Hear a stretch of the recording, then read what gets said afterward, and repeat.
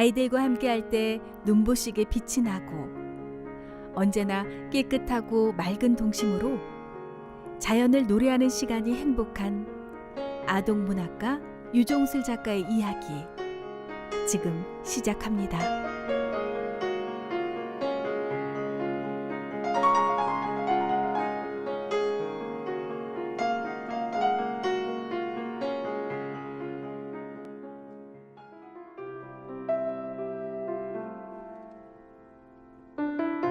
지난 40여 년 아이들과 늘 함께 호흡하며 살아온 유종술 아동문학가.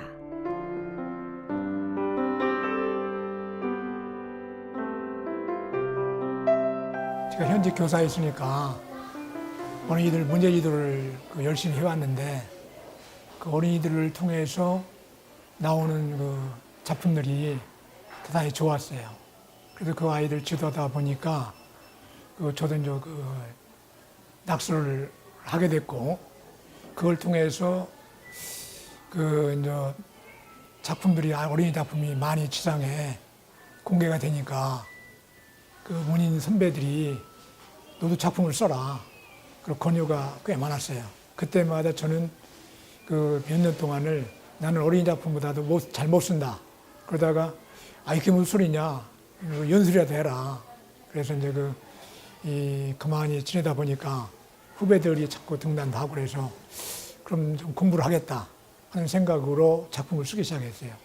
그러다 보니 그걸 또 선배들이 인정을 해주셔서 제 글이 이제 밖으로 나오게 됐습니다. 또 이제 저는 아이들이 동심이라는 게 뭡니까? 모두가 아름답고 사랑스럽고 즐거운 거죠. 그리고 사랑 중에서 이런 게 있어요. 제 손자를 통해서 얻은 시상인데 아이가 만 2년도 안 된 아이가 길을 가다가 개미를 보고 생각이 다르더라고요. 그래서 떼약볕에 개미가 기어가는 걸 보고 아이가 무슨 생각을 했는지 우연히 해를 등지고 앉는 거예요. 그 개미가 큰 나무지파리 같은 거를 지 몸보다 한 10여 배 되는 물건을 물고 가고 있잖아요. 그러니까 그늘을 만들어주니까 아이 개미가 얼마나 더 잘 가겠어요. 그런 걸 보고 이제 예를 들면 이 땡볕에 개미가 커다란 먹이를 물고 기어가고 있다. 아기가 해를 등지고 앉았다. 부는 것도 사랑 아니겠나 그런 생각을 합니다. 그리고 제가 쓴 글이 거의가 지금 현상 그렇지만 뭐가 있냐면 생명 존귀성이에요. 생명의 존귀성을 좀 살려줘야 되겠다 그런 생각으로 태교에 관한 그런 글도 좀 동시로 좀 표현을 해봤고요. 내가 어머니가 됐다고 생각할 때 어떤 것이 이게 바람이 뭐냐. 그래서 내가 어머니라면 감사합니다. 저에게 하나의 생명체를 주셔서 이런 내용도 쓴 것들이 있죠.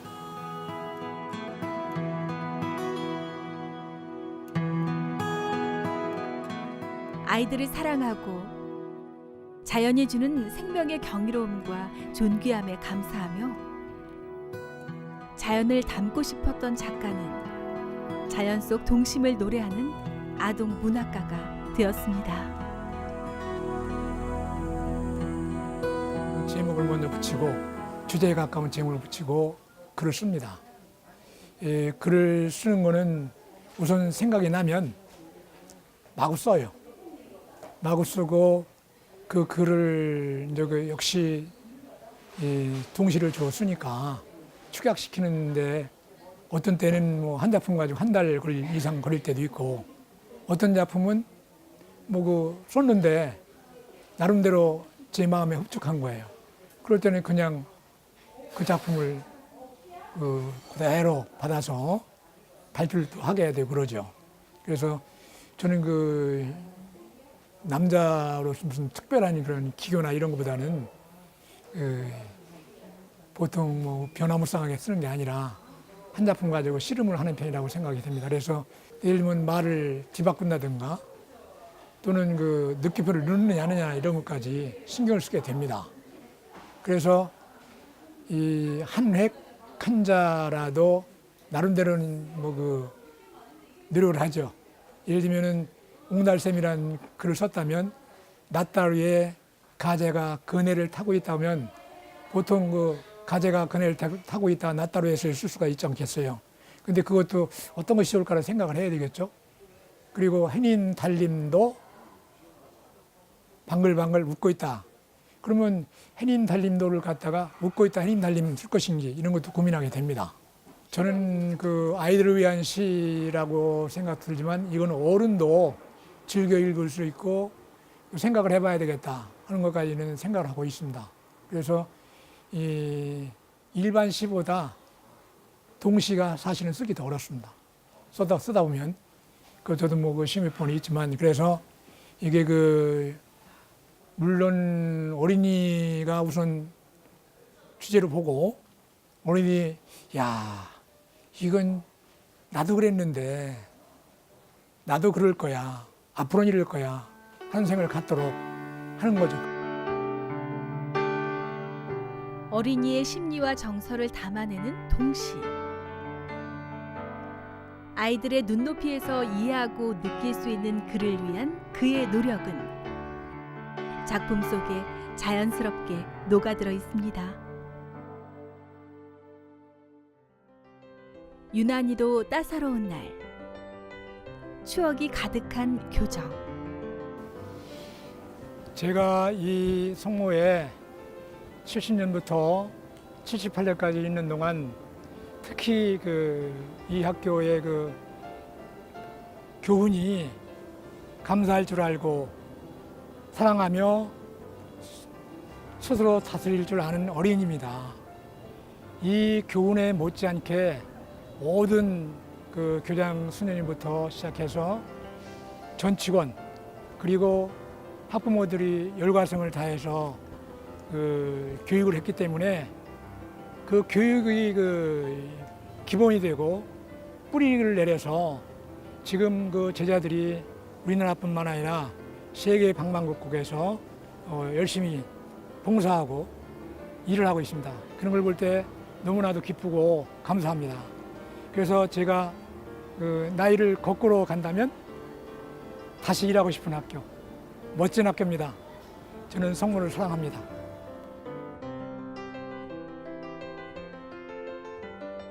아이들의 문학을 향한 꿈을 키워주기 위해 시작한 글짓기 교육.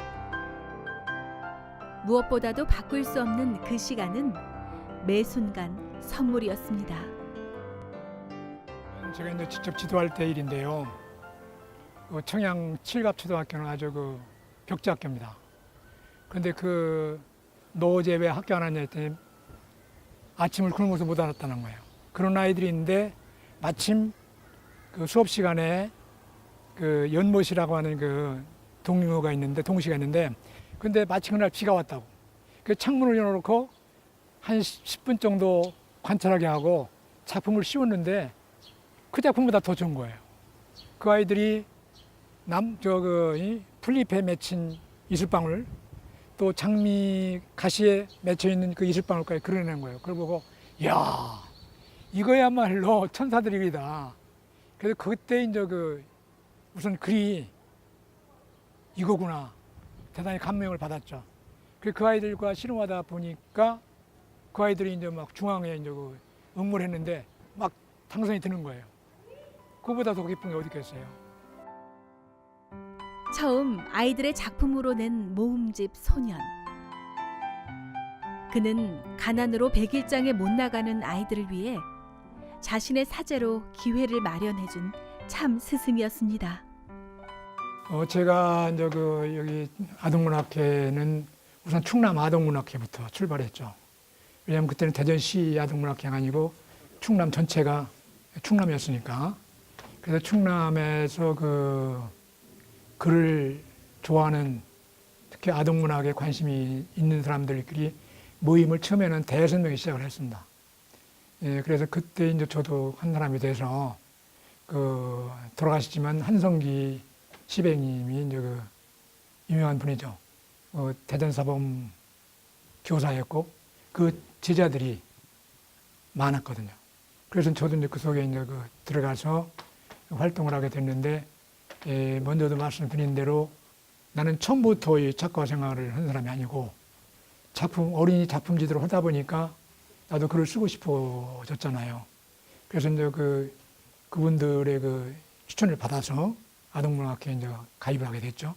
그래가지고 나중에 제가 떠날 때는 여기 이제 말하자면 신문권의 대표, 이제 사무국장을 했죠. 그래서 사무국장 시절에 처음으로 우리가 뭘 했냐면은 시화전을 처음 1회 시화전을 했어요. 그 다방 기억은 안 나는데 그 다방에다가 시화를 걸고 오는 분들한테 차 대접하면서 시를 감상하고 평을 하고 이렇게 했어요. 근데 이제 문제는 뭐냐면 시화를 한 사람이 한 작품만 낸 게 아니라 두 작품을 내고 그랬을 거 아닙니까? 그런데 이 시를 소화시킬 수가 없는 거예요. 처음에 생각과 다르게. 그런데 시를 그때만 해도 살만한 사람들이 그리 흔하지 않았어요. 그림이니 시니 이런 거. 그런데 마침 우리 성모 학부모님들께서 구입해 갔다는 제가 연락을 드리고 이런 시화전이 있으니까 와서 보시라고 그랬는데 보시고 마음에 드는 것도 있다. 그래서 이제 그 당시는 우리가 교통편이 불편하니까 어깨에 둘러매고 또는 껴안고 그러고 다녔죠. 근데 그때 기금이 상상보다 더 많이 모여서 그것이 모태가 돼서 참 충남 아동문학회 말하자면 잡지를 만들게 된 거죠. 그게 푸른 모양입니다. 우리가 물속에 들어가면 나도 모르게 내가 물이 되는 것 같은 착각을 하잖아요. 어린이와 생활하다 보니까 나도 어린이가 되는 거예요, 때로는. 그래서 동심 속에서 살으니까 나도 저절 모르게 이제 그래도 관심을 갖게 됐고 그렇죠.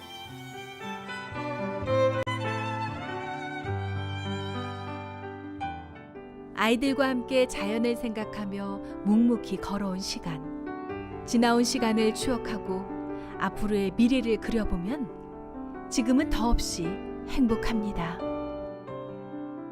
원래 고향이 두메산골이기 때문에 두메산골에서 자라서 정말 멱 감는다고 하잖아요. 얕은 냇물에서 같이 멱을 감고 진흙을 온몸에 칠하고, 그러니까 지금 같은 진흙 팩을 했다고 그러나 그렇고, 그 다음에 물새를 쫓아다니기도 하고 또 산새를 쫓아다니기도 하고, 그 다음에 토끼도 만나서 쫓아가 보기도 하고, 심지어는 여우가 마을을 돌아다닐 때였어요. 그러니까 그런 것들이 자연 속에서 내가 자란 거죠. 우리가 보통 이 도시 애들은 감히 상상도 못할 그런 얘기. 더욱 밤하늘에 쏟아지는 별빛, 그리고 이 어두운 날에는 개똥벌레들이 반딧불이들이 다시 별님이 내려와서 불을 밝히는 것 같이 생각이 들었던 시절이기 때문에 하나의 문학으로 볼 때는 그게 하나의 싹이었고, 또 장래에 너는 글을 쓰는 사람이 되라고 한 것이 아닌가 그렇게 생각합니다. 그리고 또 어머니 모닥불 피워놓은 곳에서 어머니의 옛날 얘기를 들으면서 옛날에도 이런 일이 있었구나 해서 어머니께서 음성이 서글퍼질 때는 나도 같이 함께 눈물을 글썽이고, 또 어머니께서 이 기쁨의 말을 전해주실 때는 함께 기뻐하고, 그래서 어떤 때는 어머니로 보는 게 아니라 어머니야말로 별님 중에 한 분이구나 이렇게 착각할 정도로 자랐다고 봐야죠.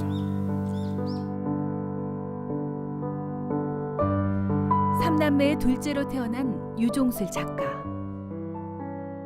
어린 시절 어머니의 사랑 가득한 팔베개와 무릎베개 위에서 듣고 자란 옛 이야기.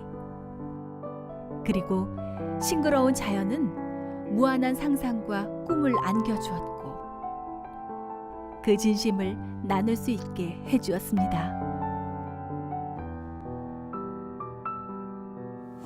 숲속을 걸어라는 노래는 내가 본래 그 아주 외진 산골 아이잖아요.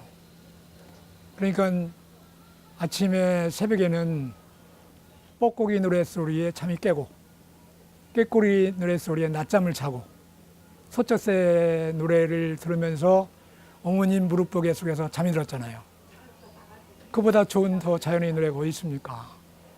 85년에 그게 이제 처음 노래로 되어 있는데 이게 그 학교 뒤가 숲이거든요. 그 이제 리라 초등학교인데 그 뒤가 숲이에요. 그래서 숲인데 마치 그때 산에서 그 새소리가 들리는 거예요. 그래서 야 이거 한번 써보자라고 쓰는데 고향 생각이 나는 거예요. 그래서 숲속을 걸어보자.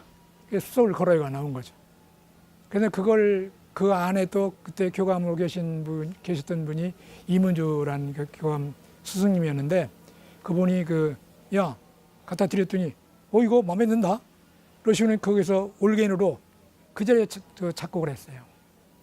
그걸 그 개인 문지 자기 음악 그 문집에 동요곡집에 실었는데 그거는 약간 민속조예요. 그런데 그걸 보고 현재 그 불려지고 있는 노래를 다른 분이 또 작곡을 했어요. 그 어린이뿐만 아니라 이 노래는 그 청소년들도 즐겨 부르고 그 과분한 칭찬을 많이 받았어요.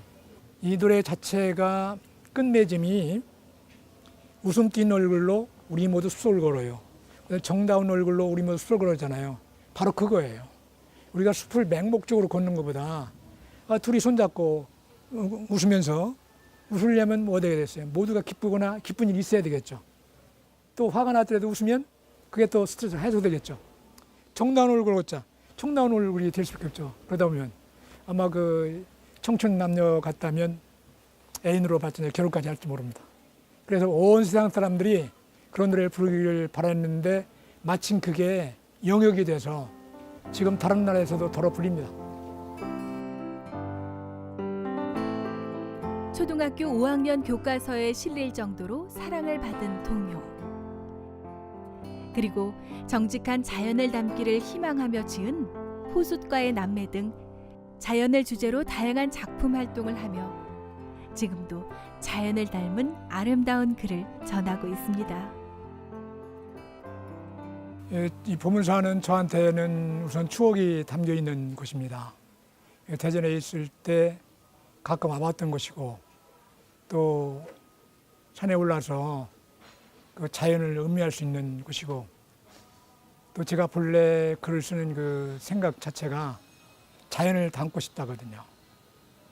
화가들도 자연 그대로 그려내고 싶지만 그리지 못하잖아요.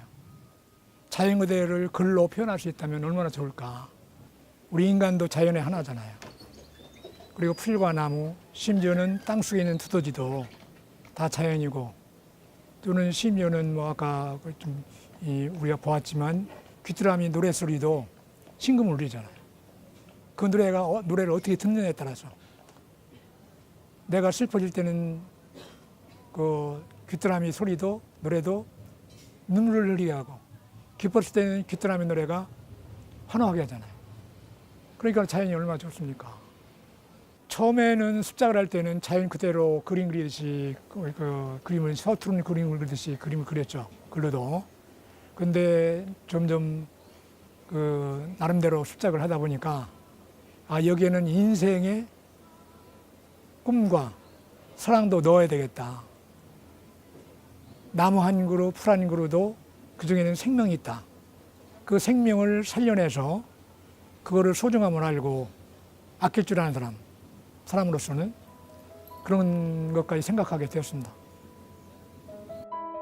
자연의 섭리 속에서 자라며 대자연이 주는 생명의 경이로움을 그대로 노래하고 그 진심이 전해지길 무던히도 노력했던 유종슬 작가. 이 문학도 하나의 카타르시스라고 하지 않습니까?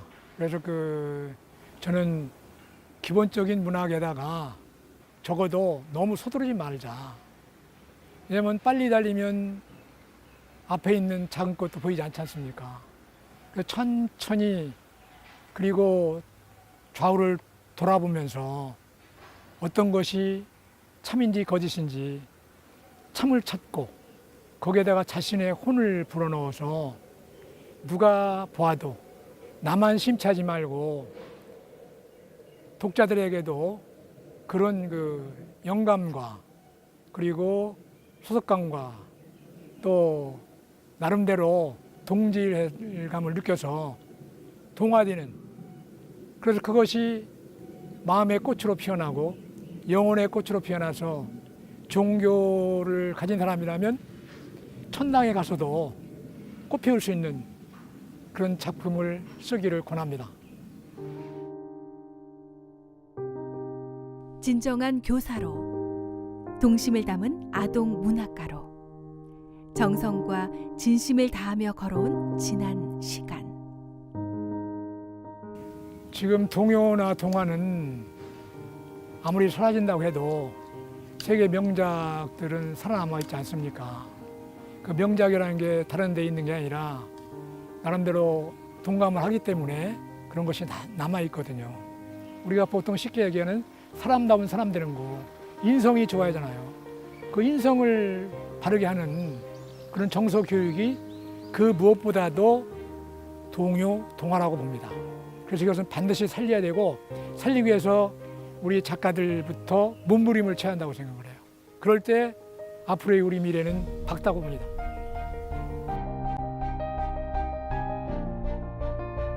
어느새 작가는 지금 자연과 닮아 있습니다.